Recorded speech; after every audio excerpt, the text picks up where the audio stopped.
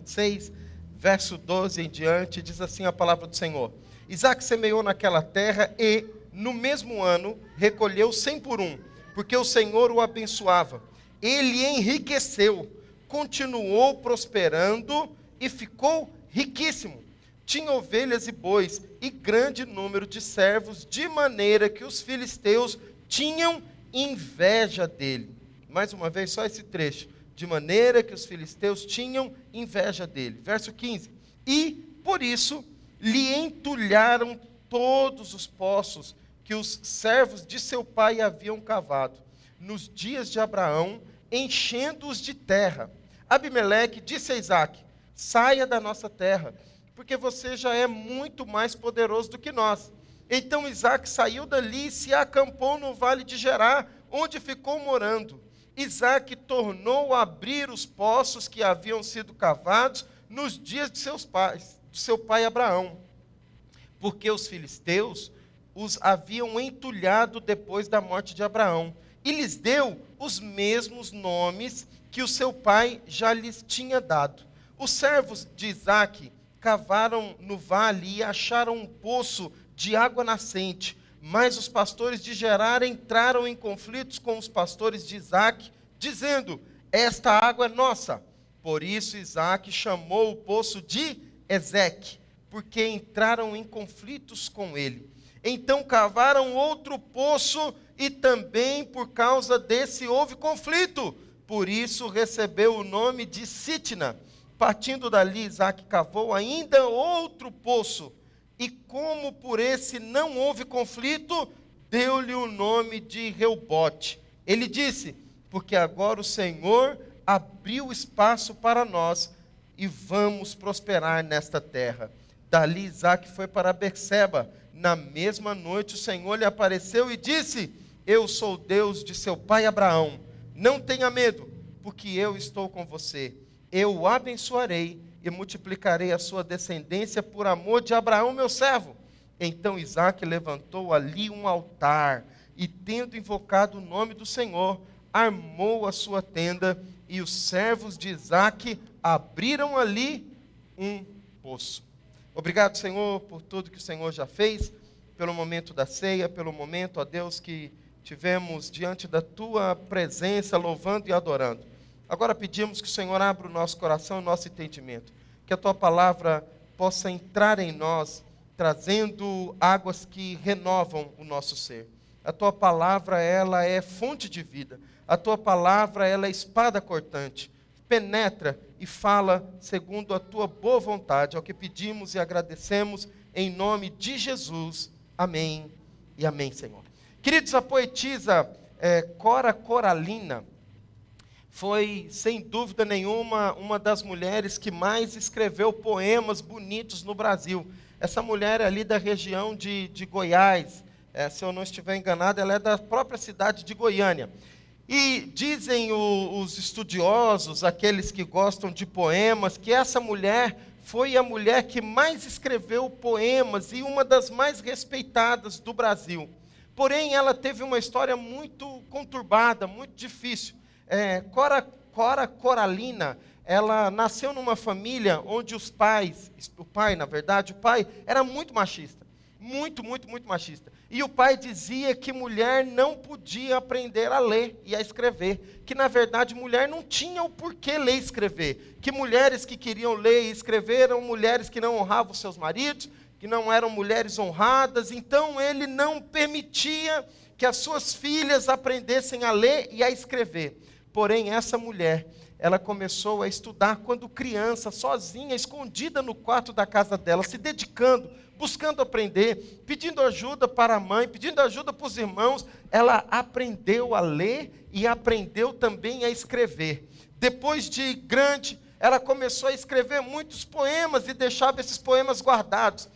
Poemas lindos, se nós fôssemos ler aqui, os irmãos iriam gostar de muitos deles. Porém, um dia o pai dela descobriu que ela estava guardando esses poemas.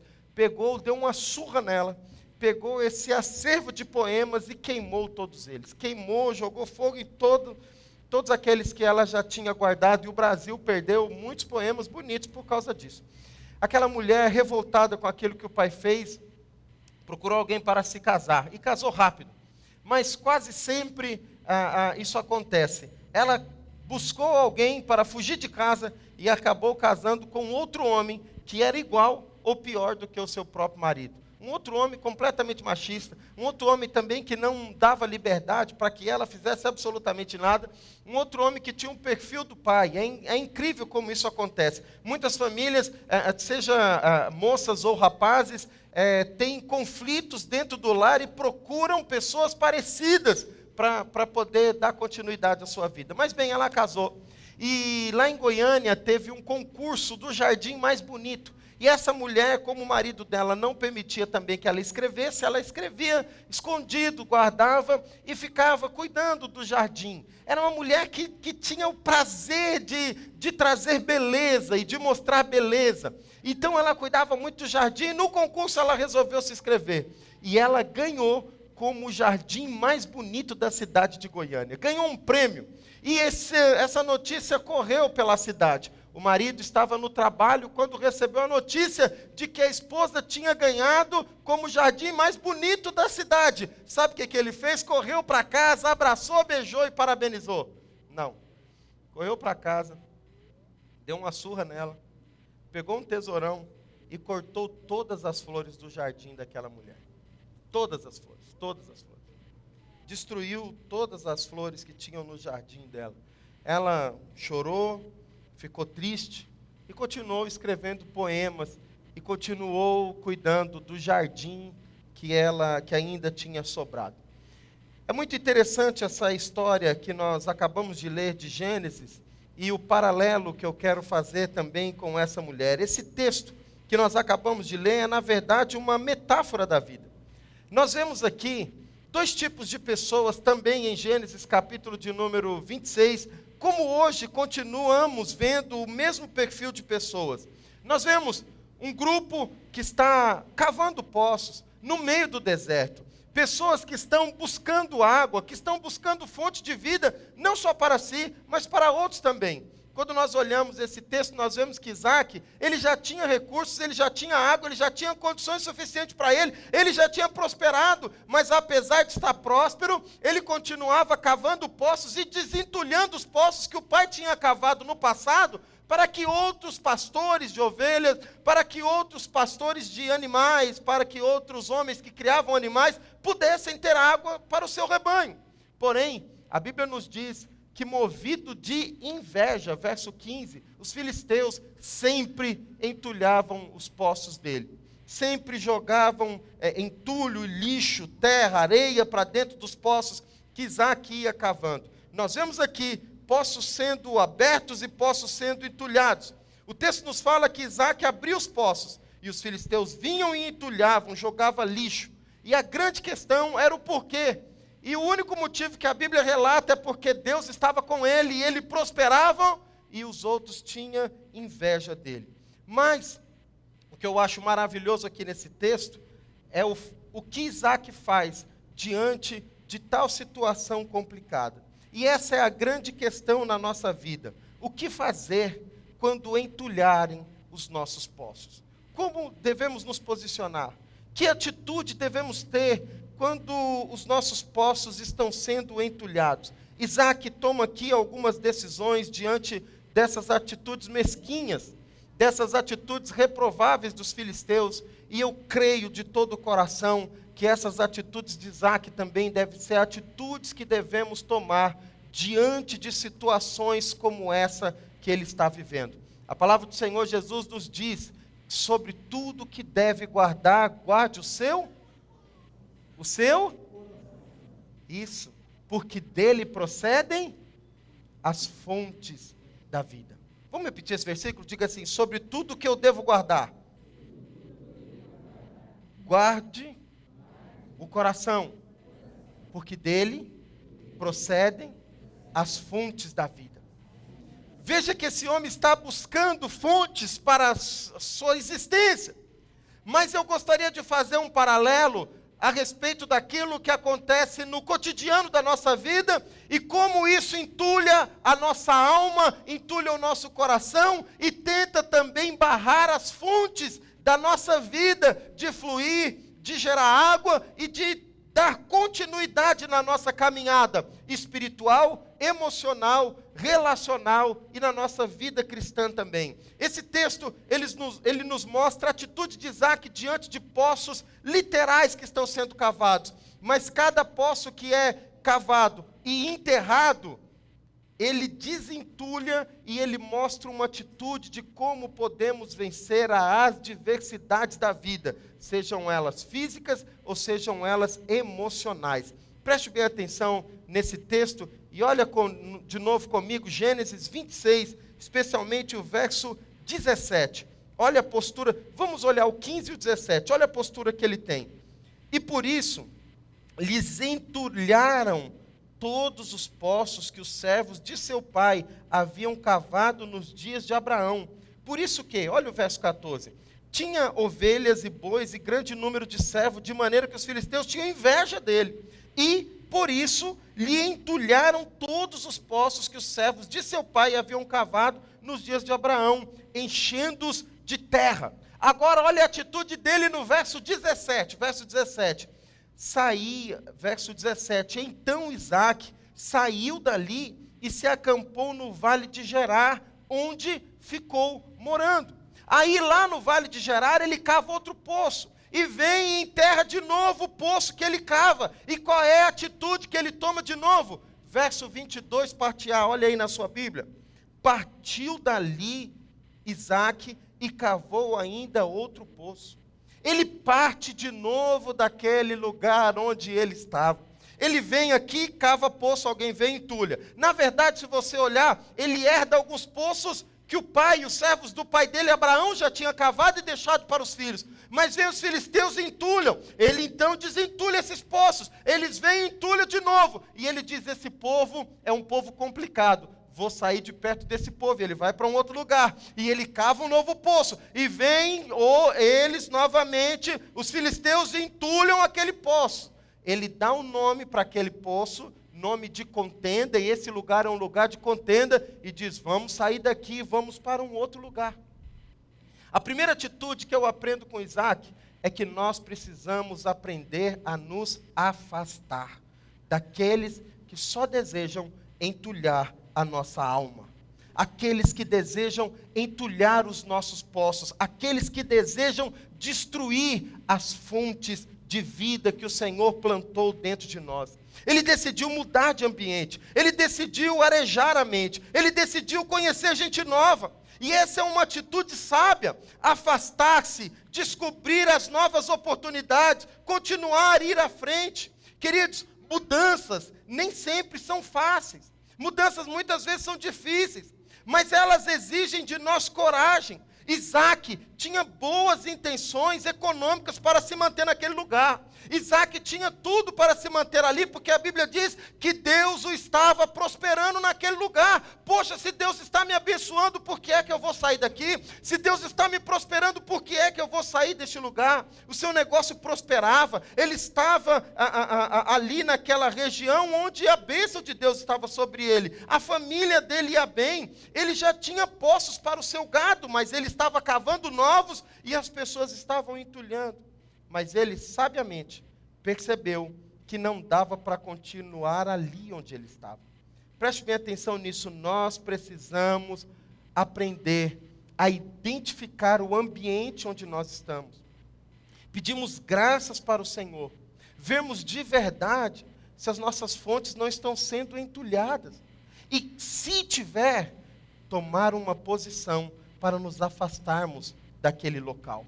Por exemplo, algum tempo atrás, uma família veio me procurar, jovens que tinham se casado, casaram faziam 6 ou 7 anos, e não são da nossa igreja, então eu posso falar com liberdade sem falar nome, é claro. E a moça falou assim, pastor, eu amo muito meu marido, eu gosto muito dele. Eu vejo que ele gosta de ir na igreja, eu gosto de se envolver nas coisas da igreja, mas nós temos um problema muito sério. Falei, qual é o problema que vocês têm? Ela falou assim, a família dele, quando, não a família em si, mas a atitude que ele tem quando está com a família dele. Eu falei, como assim, toda a família? Ela falou, não, especialmente os tios. Quando é os irmãos, quando são os pais dele, é tranquilo, porque os pais dele são cristãos. Mas quando são os tios, e nós vamos para as festas onde os tios estão, acontece sempre dele beber e se embriagar. Falei, como assim? Me explica. Ela falou assim, pastor, ele não consegue ficar perto dos tios. Ele senta na roda, os tios começam um a beber cerveja, outro a beber, e os tios vão oferecendo, até que ele toma um pouquinho, depois toma uma segunda, toma uma terceira, e na maioria das vezes eu tenho que voltar para casa dirigindo, porque ele fica completamente embriagado. E aí eu disse, mas como assim? Ela falou, pastor, o problema é a influência que os tios exercem. E eu fui conversar com ele e falou, pastor, é que eu fico com vergonha dos meus tios, eles me oferecem, e eu acabo bebendo. Na verdade, esse rapaz precisa nascer de novo. Mas veja como as influências acabam causando um mal horrível dentro do casamento deles. E essa moça falou, pastor, eu não casei para isso. Eu disse para ele que eu não aceitava bebida porque o meu pai era alcoólatra. E eu não quero ter outro alcoólatra dentro de casa. Então eu não aceito essa postura. E eu não quero mais me envolver com a família dele, porque o problema não está na família somente, mas está na postura dele quando se encontra com a família. Queridos, a minha pergunta para você é, como está a roda de amigos? Há pouco tempo atrás, aconteceu uma tragédia aqui em Osasco. Um casal saiu com sua criança e foram comer um lanche em um lugar. E ali, comendo um lanche, estavam ali tomando suco, de repente chegou um amigo do rapaz. E o amigo sentou com eles e começaram a conversar. E eles moravam perto, a mãe conhecia também um amigo, ele disse, olha, pode ir, eu vou continuar conversando aqui, e daqui a pouco eu vou embora para casa, disse o marido. E ela foi com a criança, uma menina. E os dois amigos continuaram ali conversando. Dali, eles tomaram uma cerveja, 2 cervejas, foram para um outro lugar. No outro lugar, também assim, uma lanchonete, continuaram bebendo. De repente, chegou um pessoal. Eles começaram a se desentender. A pessoa que chegou disse que esse rapaz estava olhando para a mulher dele. Pegou esse rapaz, levantou ele, jogou assim com força no chão, fraturou os 2 joelhos. Ele sabia que o amigo dele andava armado. Ele bateu a mão na cintura do amigo, encontrou a arma, tirou a arma e deu 2 tiros no peito do rapaz que tinha agredido ele. Esse homem, segundo a esposa, nunca tinha brigado na vida, nunca tinha discutido, ele nem sequer gosta de sair com os amigos. Mas um dia, numa lanchonete com a esposa, ficou um pouco mais, dali foi para outro lugar e uma tragédia ficou estabelecida dentro da casa. E hoje a filha, a esposa, chora dia e noite pedindo misericórdia de Deus para resolver isso. Por quê? Porque ele estava se envolvendo com pessoas que entulham o poço. Preste bem atenção nisso. Queridos, nós, especialmente nós que temos filhos pequenos, precisamos tomar muito cuidado, porque Satanás veio para roubar, matar e destruir, e ele deseja entulhar a alma dos nossos filhos de lixo, de tranqueira e de porcaria. Há um boneco e há um canal do YouTube que eu vejo muitos irmãos da igreja dizendo, mas isso não tem problema nenhum, é do Lucas Neto. Eu não sei se você já viu tudo que aquele Lucas Neto fala. Eu não sei se você já viu todos os vídeos, mas, pastor, eu vi 2 vídeos e não tem problema, deixa o meu filho lá assistindo. Só que o Lucas Neto, além de ter um canal para criança, ele tem outro canal para adulto, e algumas vezes esses vídeos começam a se enrolar, e um puxa o outro, e de repente começa a vir um monte de lixo, e um monte de entulho para dentro da alma do seu filho. Recentemente, uma senhora, pastora, eu estive conversando com ela, e ela pedindo conselho do que ela deveria fazer. Ela falou, pastor, o que eu faço? Eu comprei, o meu neto gosta demais do Lucas Neto, e ele queria um boneco. E eu fui na loja e comprei um boneco original, R$190, cento e sei quantos reais. E aí o meu neto começou a apertar, e o boneco tem 14 falas. E o meu neto começa a repetir as falas.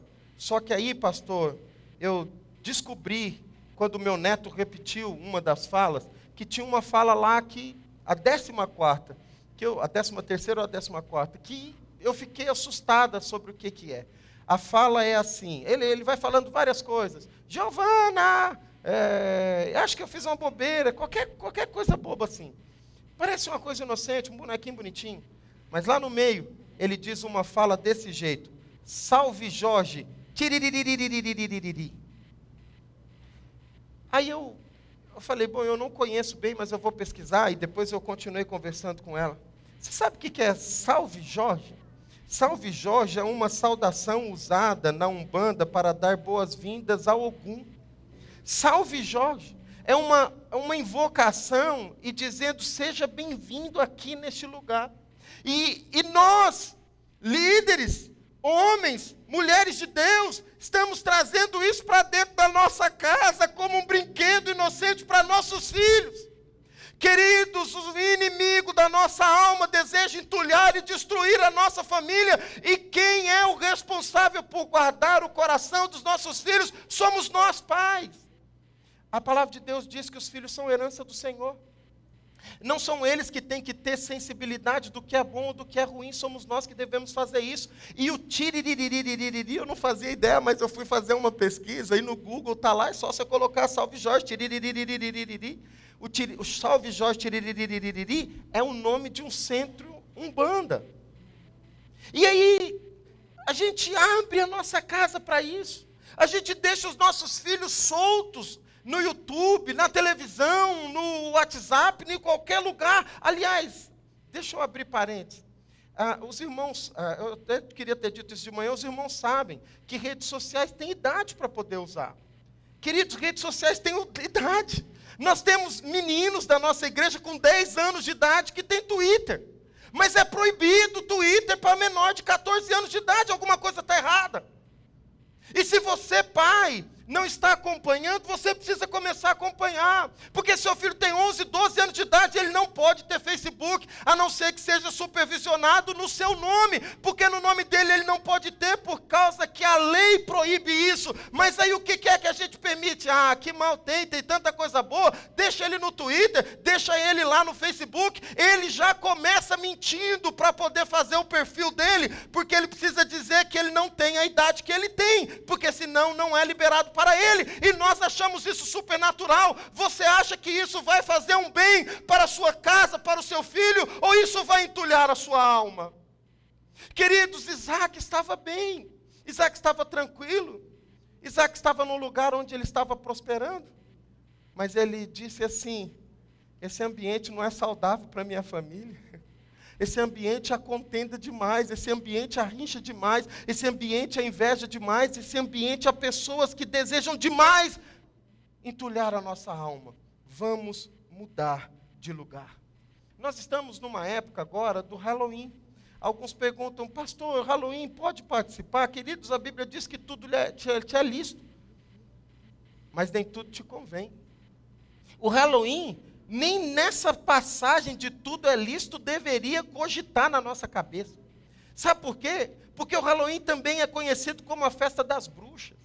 Você sabe a origem do Halloween? Você sabe onde ele começou? Você sabe como ele faz invocação de mortos? E muitas vezes nós permitimos que isso faça parte. Mas pastor, que mal tem a criança ir de casa em casa pedir doce ou fazer alguma coisa assim? O problema não está em pedir doce, o problema é aquilo que está por detrás dessa festa profana que veio para roubar, matar e destruir e entulhar a alma dos nossos filhos e destruir a personalidade deles. Nós precisamos guardar a nossa casa, nós precisamos guardar o nosso lar, e eu quero te dizer em nome de Jesus, se há alguém que está destruindo a sua fonte, se há alguém que está entulhando a sua alma, ore, peça a direção de Deus e tome uma postura. Por mais abençoado que você esteja sendo, por mais abençoado, por mais dinheiro que você esteja ganhando nesse trabalho, se está te conduzindo a um caminho de morte, se está te conduzindo a um caminho onde você vai roubar, mentir, enganar, adulterar, corra deste lugar, porque este lugar é um lugar de morte e de sequidão para a sua alma. A segunda coisa que eu vejo e aprendo com Isaac é que quando tentam entulhar as nossas almas, nós devemos desentulhar e continuar trabalhando para desentupir os nossos poços. Isaac desentulhavam os poços entupidos. Você pode repetir isso comigo? Vamos ler todo mundo junto? 1, 2, 3 e... Isaac... Ficou bagunçado. Vamos junto. 1, 2, 3 e... Isaac desentulhava os poços entupidos. Vamos ver isso? Verso 18. Vamos ver só o verso 18. Vocês já viram eu lendo?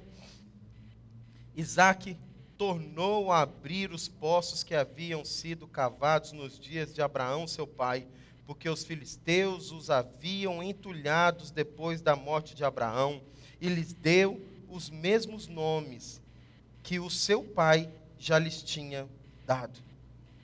Isaque não permitia que os poços ficassem cheios de lixo.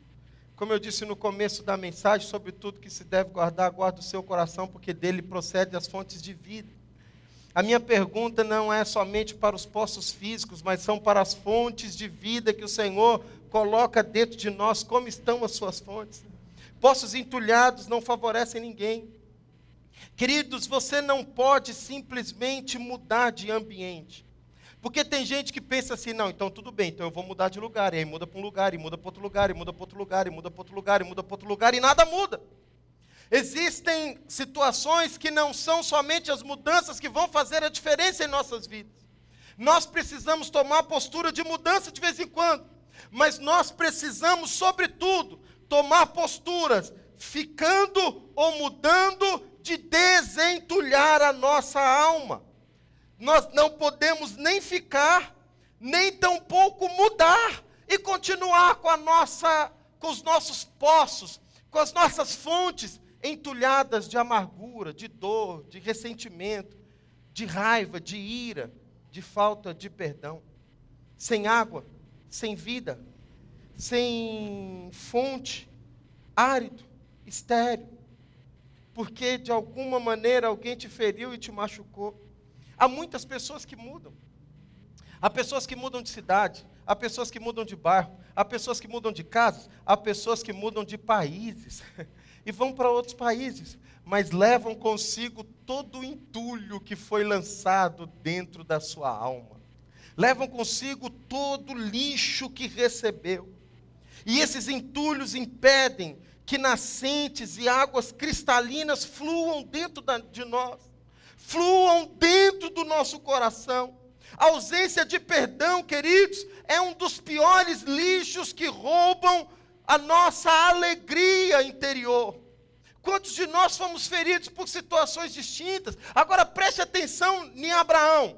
Ele olha para o passado e ele era criança, ele vê o pai cavando os poços, e agora ele cresce, o pai morre e entulha os poços no passado. E ele olha no presente, cavando poços e entulhando os poços do presente. E a Bíblia diz que ele desentulhava tanto o que estava acontecendo hoje, quanto aquilo que já tinha acontecido lá atrás.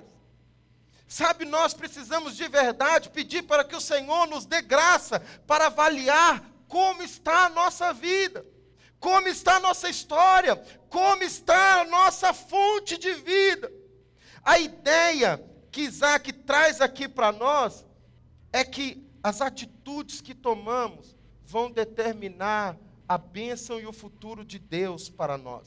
Há um judeu muito interessante, o nome dele é, deixa eu tentar ler aqui, ele é Wiezel.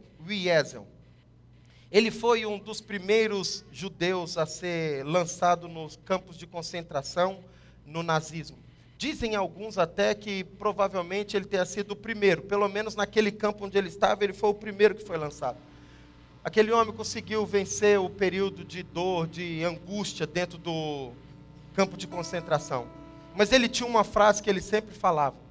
E quando ele saiu de lá de dentro, essa frase pegou força.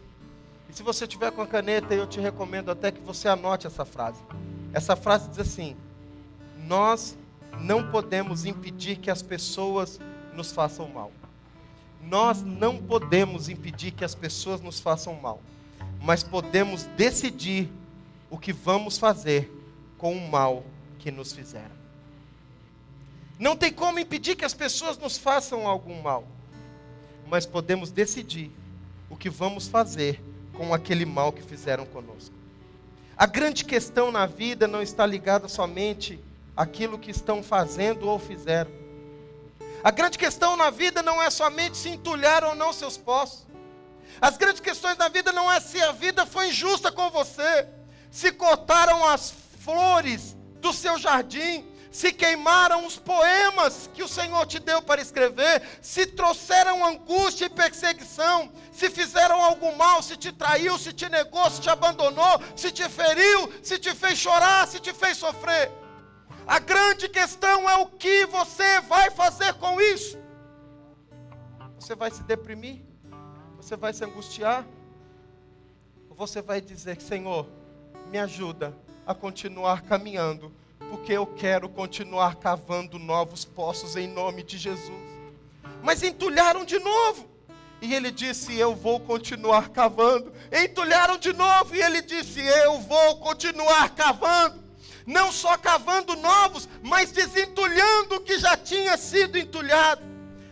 Eu quero te dizer hoje, em nome de Jesus, desentulhe a sua alma. Olhe para dentro de você e peça para que o Espírito Santo de verdade traga a realidade da tua história.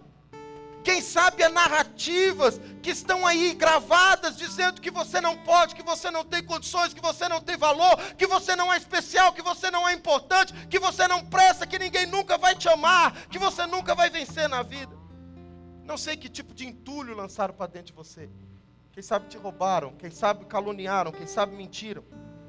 É interessante os nomes que Isaac dá para os poços. Nós não temos tempo para trabalhar tudo isso. Mas é contenda, é rivalidade, é falsas acusações. E tudo isso por causa de inveja. Os significados dos nomes dos poços são muito fortes. Contenda, ofensas e acusações. Contenda, ofensas e acusações. Mas ele diz assim, apesar de tudo isso, apesar de toda a contenda que levantaram contra mim, apesar das falsas acusações, apesar das ofensas que eu estou sofrendo, eu vou seguir a paz com todos e a santificação, sem a qual ninguém verá a Deus. Precisamos desentulhar, precisamos arrancar do nosso meio a contenda, precisamos arrancar do nosso meio as facções. Algumas vezes isso acontece no meio da igreja.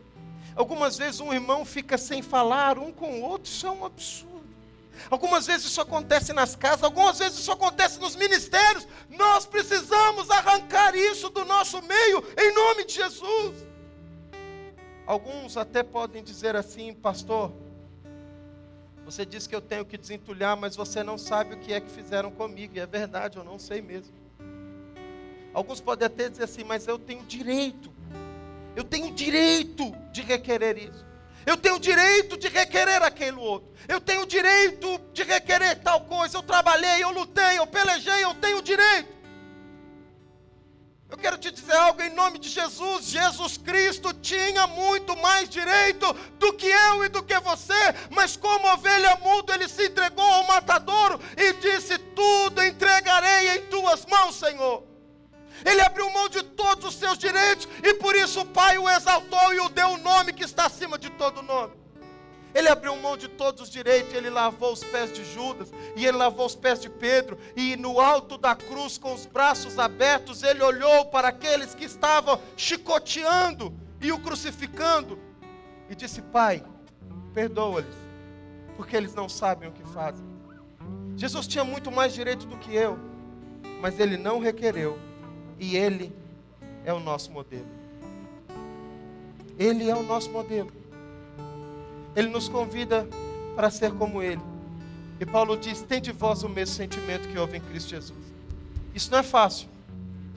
Isso não é simples. Mas isso é necessário. A terceira e última. Isso é espetacular o que acontece. Depois de cavar, queridos, ele cava 7 poços e 7 poços são entulhados. Ele desentulha vários poços do pai dele. É uma coisa assim, doida que acontece com Isaac. Mas o verso 26 diz algo precioso, olha aí. Abimeleque era o rei dos filisteus, onde Isaac estava cavando e ele mandando entulhar. Abimeleque, o amigo de Abimeleque, Austate e Ficol, comandante do seu exército, saíram de Gerar para encontrar Isaac. Foram atrás de Isaac. Isaac perguntou, por que vocês vieram à minha presença? Se me odeiam e me expulsaram do meio de vocês. Olha como eles são falsos. Eles responderam: vimos claramente, isso é verdade, mas olha lá embaixo a falsidade. Vimos claramente que o Senhor está com você. Então pensamos que seria bom se houvesse um juramento entre nós e você. Queremos fazer uma aliança com você. Você jura que não nos fará mal, assim como nós também não fizemos nenhum mal a você. Como não fizeram mal? Fizeram muito mal. Olha a continuação. Mas fizemos somente o bem e o deixamos ir em paz. Você é agora o abençoado do Senhor. Você pode repetir isso comigo? Diga assim: você agora, diga bem forte, você agora é o abençoado do Senhor. Diga: abençoado do Senhor. Agora olha o que o abençoado do Senhor faz. Então Isaac lhes deu um banquete, e comeram e beberam. Sabe, quando eu li esse texto, eu confesso que a primeira coisa que veio, uma das coisas, não talvez a primeira, que veio ao meu coração foi o Salmo 23. Mas olha que interessante essa passagem. Depois de todas as confusões que fizeram, Abimeleque resolve ir até Isaac para fazer um pacto. Por quê? Porque ele percebeu que Deus estava na vida de Isaac. Deixa eu te falar algo em nome de Jesus. Se você desentulhar a sua alma, se você continuar cavando poços, as pessoas vão olhar e vão dizer: Deus está com essa pessoa.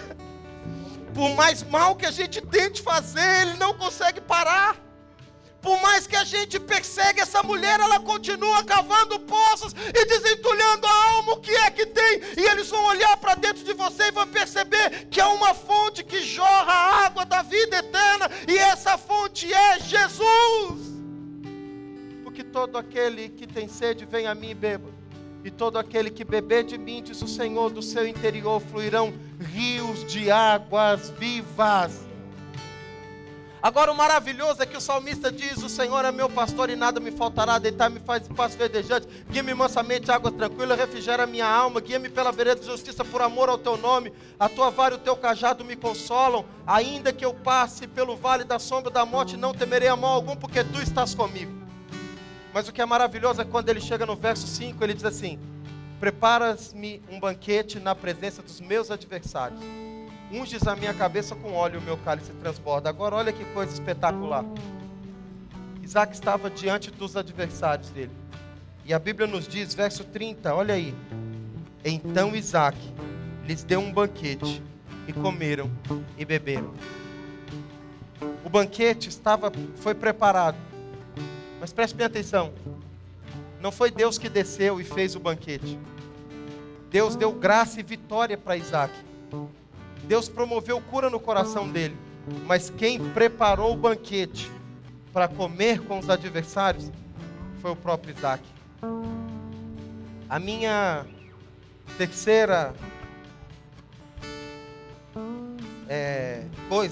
coisa que eu aprendo é que nós devemos estar preparados para preparar um banquete para aqueles que um dia entulharam a nossa alma. Porque o Senhor pelejará por vós, e vós calareis. E o que é o meu papel então? É continuar cavando, é mudar de lugar, é fazer a minha parte, é deixar a água do Espírito jorrar em meu ser, em meu coração, em minha alma, em minha família. E Ele dará vitória a cada um de nós. Não importa o que fizeram com você, não é maior do que fizeram com Jesus. E Ele está contigo para te fazer forte e te fazer voar alto como uma águia. Feche seus olhos, curva a sua cabeça por um momento. Quais